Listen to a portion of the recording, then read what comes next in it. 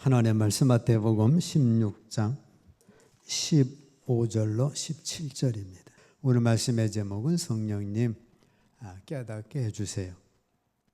이 깨달음의 뜻은 사물의 본질이나 이치 따위를 생각하거나 궁리하여 알게 되는 것이 깨달음입니다. 내가 죄인 줄 깨달았다. 사물의 이치를 깨달았다. 봄, 여름, 가을, 겨울이 있음을 깨달았다. 자, 이런 깨달음이 있고, 여기 깨달음이 중요한 이유는 기존의 인식 틀을 넘어 새로운 차원에서 세계를 바라보는 근본적 변화를 말합니다. 그러니까 지금까지 보고 있었던 이 안경, 내가 검은 안경으로만 봤었는데 그거를 깨닫고 새로운 본질을 보는 거예요. 이 과정은 순간적인 깨달음과 점진적 가정을 모두 포함을 합니다. 이사야가 성전에 올라가서 하나님을 배웠어요. 하나님을 딱 뵙고 나니까 내가 지금까지 입술이 부정한 사람이었구나. 이사야가 지금까지는 자기 입술이 부정한 줄은 몰랐어요.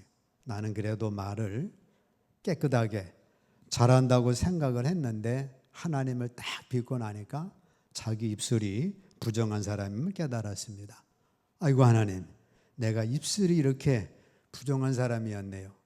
그때는 천사가 나타나가지고 입술에 이 불로 딱 짓는 환상을 보여줍니다.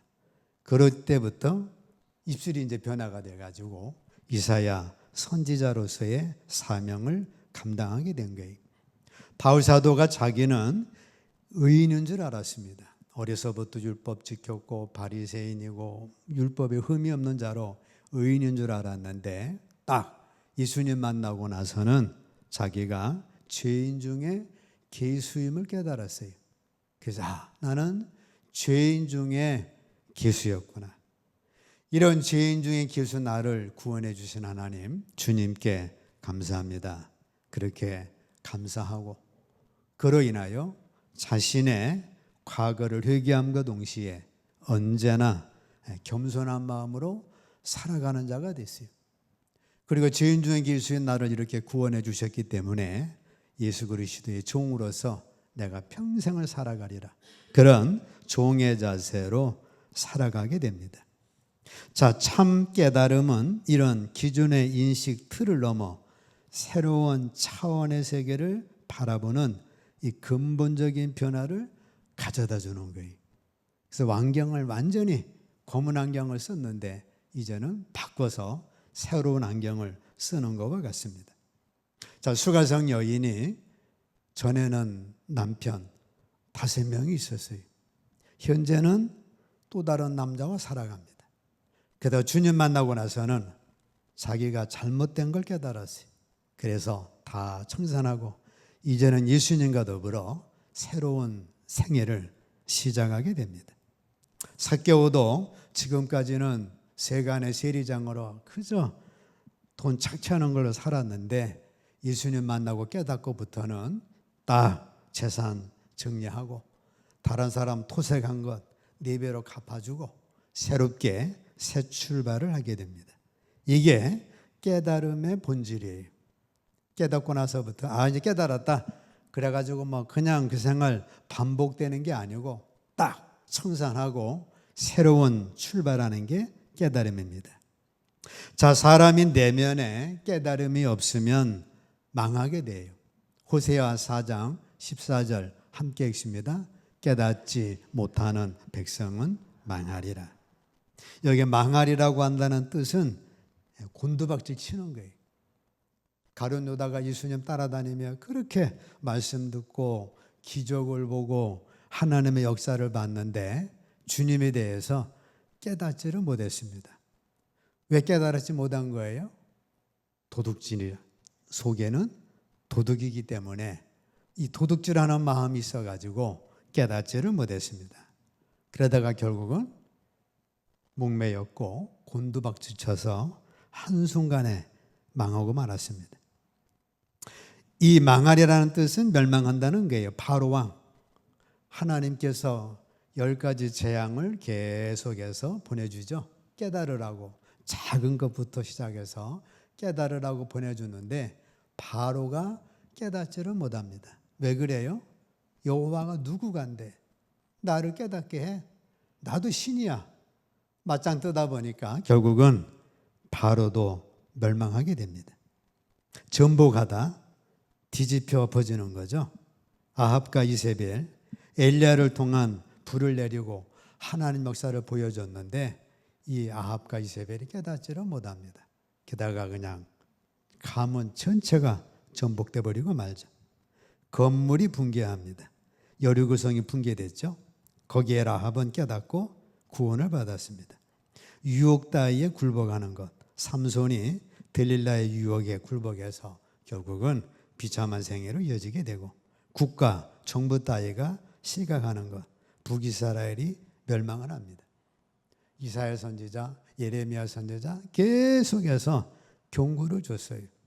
바벨론이 쳐들어오는데 쳐들어오면 맞서지 말아라.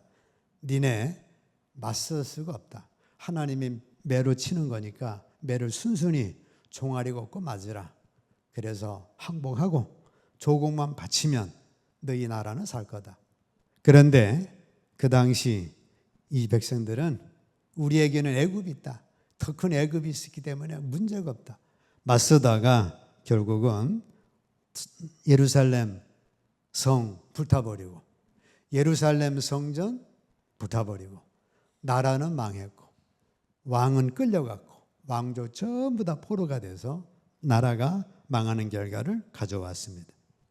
자, 내면에 깨달음이 없으면 망하는 거예요. 수많은 사람들이 하나님의 말씀을 듣고도 깨닫지를 못하죠. 결국은 지혜 역사신 사망으로 가게 되는 거예요. 자, 두 번째, 사람이 깨닫지 못하면 짐승과 같습니다. 함께 읽습니다. 존귀하나 깨닫지 못하는 사람은 멸망하는 짐승 같도다. 짐승은 깨닫지를 못하는데 사람도 깨닫지를 못하면 짐승과 같다는 겁니다. 짐승은 제멋대로 행하죠. 사람도 깨닫지 못하면 제멋대로 행합니다. 하나님의 말씀이 어디냐? 양심이나 말씀이 없어요. 때려야 말을 듣습니다. 재갈을 물려야 되고 소경에 경일게예요. 그러니까 수갑 찬 사람들 보면 짐승같이 재갈을 물렸구나. 그렇게 보시면 될 거예요. 하늘의 것과는 전혀 상관이 없고 오직 땅에만 관심이 있습니다. 짐승은 하늘의 것과는 전혀 상관이 없어요. 짐승의 본성은 땅에만 있어요.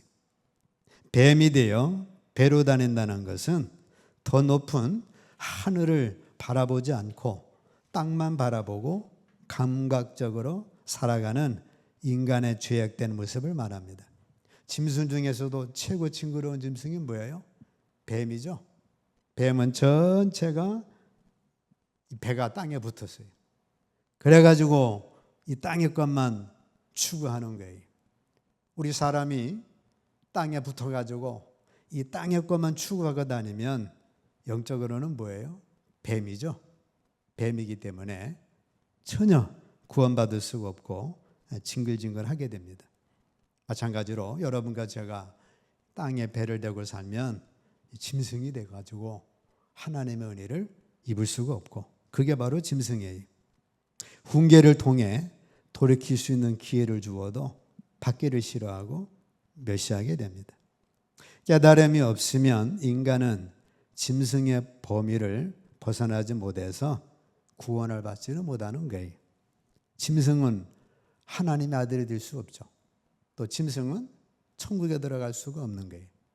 그래서 사람은 존귀합니다. 하나님 형상을 따라 지음받아서 영혼용 존귀한데 깨닫지를 못하면 짐승과 같습니다. 오히려 짐승만도 못한 놈, 금수보다 못한 자 이런 욕을 당하게 되는 거예요. 사람이면서 깨닫지 못하고 짐승처럼 살다가 멸망한 사람들 노아 시대입니다. 노아 시대는 육신이 됨이라 말씀하고 있어요. 육신이 됐다는 것은 짐승이 됐다는 거예요. 완전히 뱀처럼 땅의 것만 추구하다가 노아가 120년 동안 방주를 만들죠. 산에다 방주를 만들고 나갈 틈만 나면 나가서 여보게 내가 방주를 만들어 놨으니까 그냥 와서 들어오기만 하면 구원을 받네. 그러니까 구원을 받게. 노아 홍수가 임할 거네. 사람들이 전부 비웃었죠.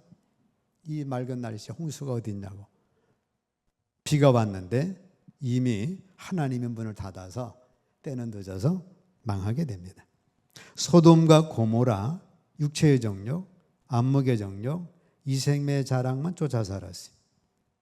천사들이 왔는데 소돔 성의 사람들이 야 우리 집단 성적 행위 하자 그래가지고 그 천사들을 막 잡아내서 그렇게 하려고 동성애 하려고 했어요.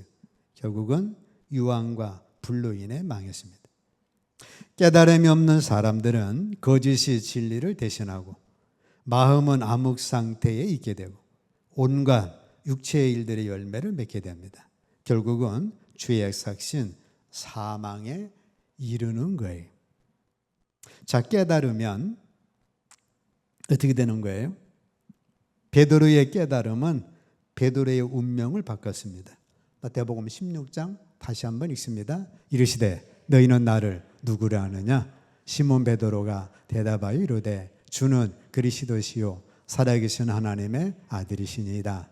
예수께서 대답하여 이르시되 바요나 시몬아 네가 복이 있도다. 이를 내게 알게 하니는 혈육이 아니요 하늘에 계신 내 아버지시니라 말씀합니다.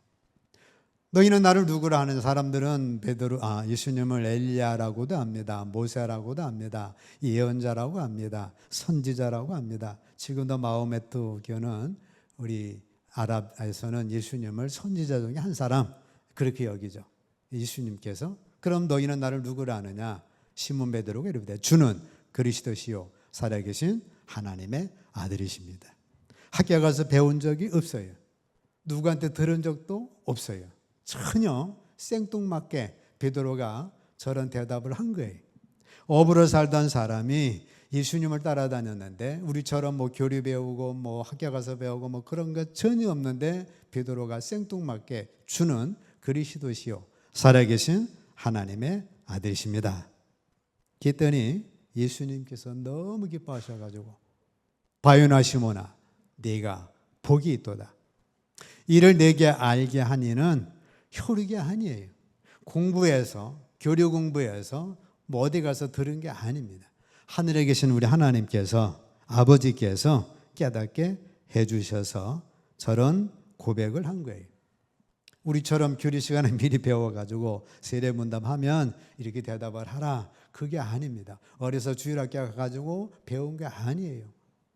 엉뚱한 대답을 저렇게 했는데 하나님이 알게 해주신 겁니다. 이 깨달음은 하나님이 주신 거예요. 베드로가 받을 수 있는 최고의 복을 받게 됩니다. 성령의 역사가 없이는 신앙 고백을 할 수가 없어요. 여기에 복은 영생의 복, 구원의 복, 하나님의 아들이 되는 복, 예수님의 제자가 되는 복.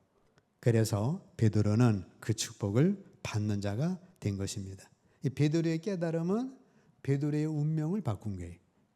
자, 여러분과 제가 깨달아서 주님을 나의 주로 고백하고 하나님을 나의 아버지로 고백하면 여러분들의 운명은 바뀌는 거예요. 저 고백을 통해 깨달음을 통해 베드로의 운명은 어부에서 주님의 제자가 되는 완전한 그의 생애와 그의 인생이 바뀐 겁니다.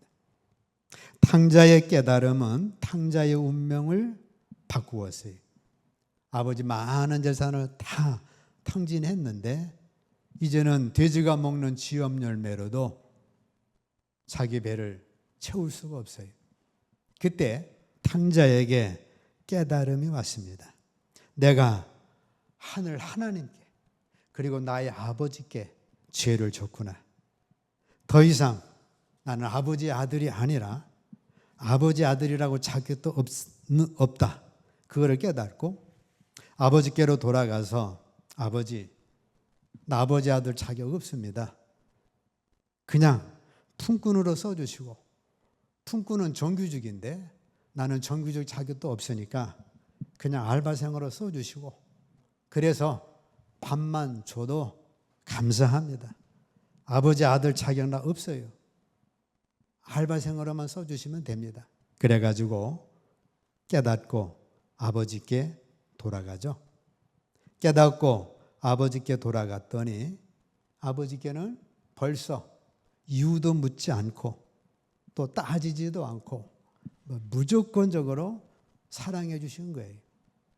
달려나오셔가지고 포옹해 주시고 입을 맞춰 주시고 야 내가 옷 준비해 놓은 거 있지 않냐 준비한 옷을 입히고 가락지를 끼워주고 신발을 신겨주시고 송아지를 잡아서 내 아들 살아왔다 그래가지고 잔치를 해준 거예요.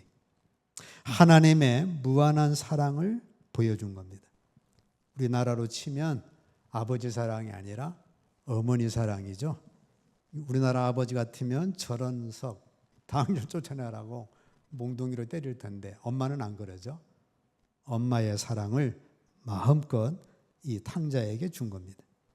자, 우리도 깨닫고 하나님 아버지께로 돌아간다면 나의 인생은 나의 운명은 탕자처럼 완전히 바뀌어요. 건강 잃고 재산 잃고 명예 잃고 아버지 속쓰고 다 그런 것 아버지 품에 돌아오게 되면 엄마는 그 자녀를 완전히 회복시켜 주시는 거예요. 그래서 깨닫고 우리 하나님 아버지께로 돌아오면 우리 하나님 아버지는 우리 한국어른 어머니처럼 우리에게 그 은혜를 주시는 겁니다. 우리나라의 어머니는 아버지는 한계가 있지만 하나님은 한계가 없는 거예요. 무한한 축복을 주시는 거예요. 자, 세 번째, 진리를 깨닫는 자는 복음의 열매를 30배, 60배, 100배로 맺힙니다. 마태복음 함께 있습니다. 좋은 땅에 뿌려졌다는 것은 말씀을 듣고 깨닫는 자니 결실하여 어떤 것은 100배, 어떤 것은 60배, 어떤 것은 30배가 되느니라. 자, 길가밭은 듣고도 깨닫지 못하는 사람입니다. 아무리 들어도 깨닫지를 못해요. 가룟 유다처럼 돌이 많은 돌밭, 듣기는 들었는데 실천을 하지 못하는 사람은 돌밭입니다. 실천이 없어요. 그것도 돌밭입니다. 가시덤불밭, 듣고도 진리가 아닌 생활에 얽매여 실천하지 못하는 사람의 마음은 가시덩굴이 무성한 밭이에요. 듣기는 들었는데 삶에 얽매여가지고 실천을 못합니다. 옥토밭, 듣고 깨달아 그대로 실천하는 사람의 마음은 옥토밭이에요. 그래서 30배, 60배, 100배 열매를 맺습니다. 자, 공자라는 분이 아침에 도, 즉 진리나 올바른 이치를 깨달을 수 있다면 그날 저녁에 죽어도 좋다. 이런 말을 했습니다. 그만큼 도를 추구하는 마음이 간절하다는 거예요. 이분이 예수님 만났더라면 아마 어떻게 됐겠어요? 엄청나게 좋아서 주님을 영접했겠죠. 예수님보다 이 사람은 몇백 년 앞에 온 사람이니까 그런 찬스를 놓쳤어요. 자, 진리나 올바른 삶의 이치를 깨닫는 것이 인생에서 가장 큰 가치임을 강조한 거예요. 이걸 다른 뜻으로 해석하면 아침에 도를 듣고 깨달은 뒤에는 그것을 실천하는 시간이 필요하므로 아침에 듣고 저녁까지 실천해보는 시간이 중요하다고 본 거예요. 아침에 도를 깨달았는데 이걸 저녁까지 실천을 하는 거죠. 그랬더니 그 실천을 통한 그 축복이 얼마나 컸겠어요. 자, 오늘 들은 말씀을 여러분들이 한 주간 실천해 보는 거예요. 그러면 그 열매가 얼마나 많이 맺혀지겠느냐, 그 말씀입니다. 쉽게 말해서 항상 기뻐하라, 쉬지 말고 기도하라, 범사에 감사하라. 요거를 깨닫고 아침에 깨달아서 저녁까지 실천을 해보는 거예요. 그러면 내 마음이 이렇게 우울하지? 하나님 말씀 기뻐하라 그랬는데 우리 마음을 슬픈 외로운 모두를 기쁜 모둠으로 바꾸는 거죠. 그래서 감사합니다. 받은 복을 헤어보는 것이죠. 쉬지 말고 기도하라 그랬는데 이거 어떻게 기도하냐? 할 수 있잖아요. 걸어가면서 예수 충만, 말씀 충만, 성령 충만. 또 잊었다가 또 예수 충만, 말씀 충만, 성령. 화장실 가는 시간에 발걸음에 맞추고 예수 충만, 성령 충만. 심장의 소리에 맞춰, 호흡에 맞춰, 성령 충만. 잠 안 오면 예수 충만, 말씀 충만. 자, 이것은 가능한 거죠. 물론 있기도 하지만 그렇게 될 수도 있어요. 자, 범사에 감사하라. 범사에 감사할 수 있죠. 이렇게 해가지고 아침에 깨달은 거를 저녁까지 실천해 봤더니 그 하루가 어떻게 돼요? 완전히 달라지죠. 에이, 사는 게 왜 이래? 에이, 이거 집이 왜 이래? 이거 뭐 나라가 왜 이래? 범사에 바꿔버리면 완전히 바꾸어집니다.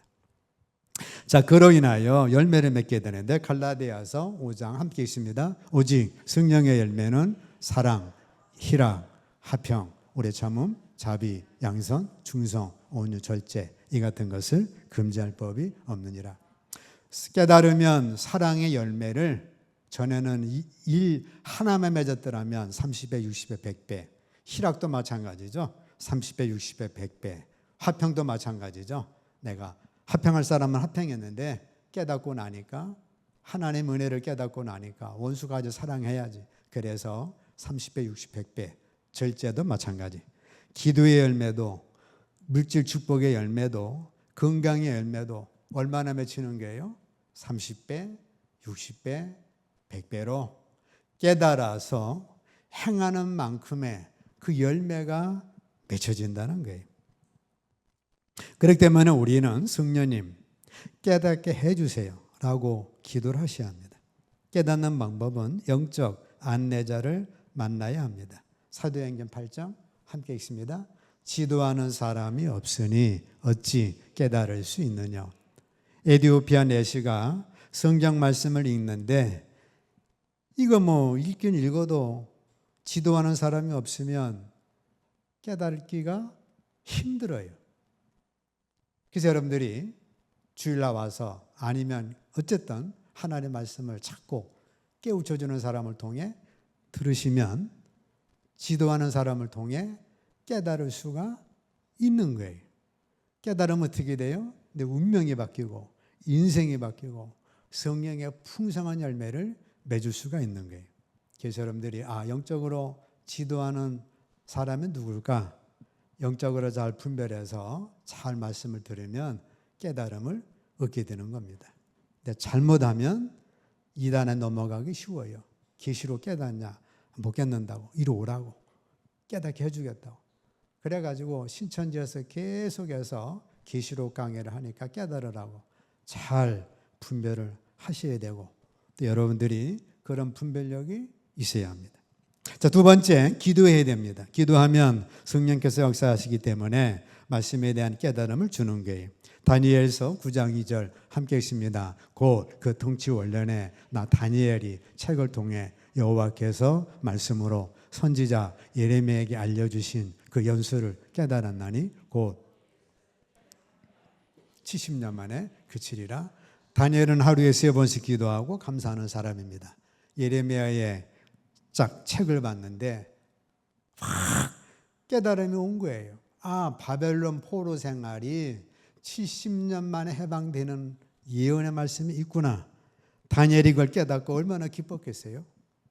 다니엘이 포로 생활 바벨론에 끌려가가지고 물론 다니엘 바벨론 가서 세상 말로 출세는 했는데 그 출세가 나라 망했는데 뭔 큰 의미가 있겠어요. 그래서 나라 때문에 그렇게 고통스러웠는데 70년 만에 해방된다는 거예요.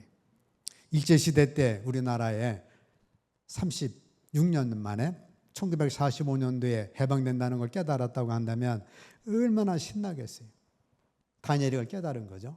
어떻게 깨달은 거예요? 기도 중에 성령의 역사를 통해 깨달은 거예요. 여러분들도 기도 중에 성령의 역사를 통해서 깨닫기를 축복합니다.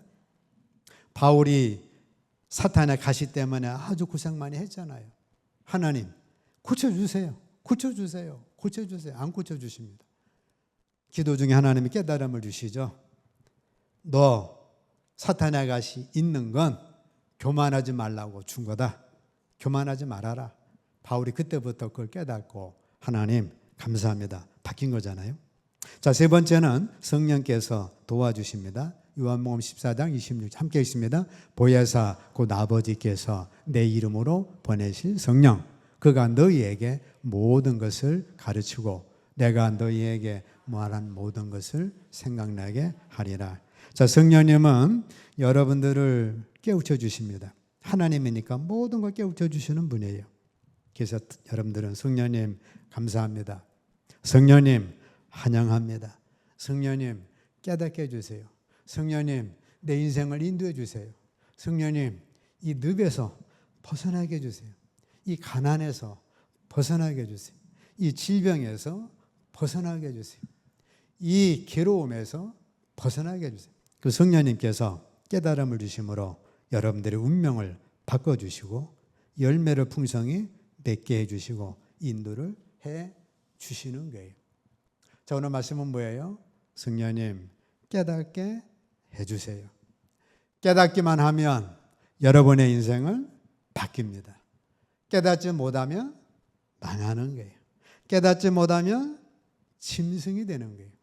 짐승하고 어떻게 살아요? 못 살잖아요. 그래서 우리는 짐승에서 벗어나셔야 합니다. 벗어나는 방법은 우리 하나님 앞에 기도할 때 또 영적인 안내의 말씀을 들어서 말씀이 잘 풀어지면 깨닫게 되고 성령님께서 또 여러분들을 깨우쳐 주시는 분이에요. 성령님을 통한 깨달음을 통해서 여러분들의 인생이 망하는 인생이 아니라 마음껏 흥하는 인생, 열매를 맺되 하나 심어서 하나 맺는 게 아니고 최소 30배, 60배, 100배 열매를 맺으시고 또 이 성령님의 무한한 인도 속에서 승리하시기를 주의 이름으로 축복합니다.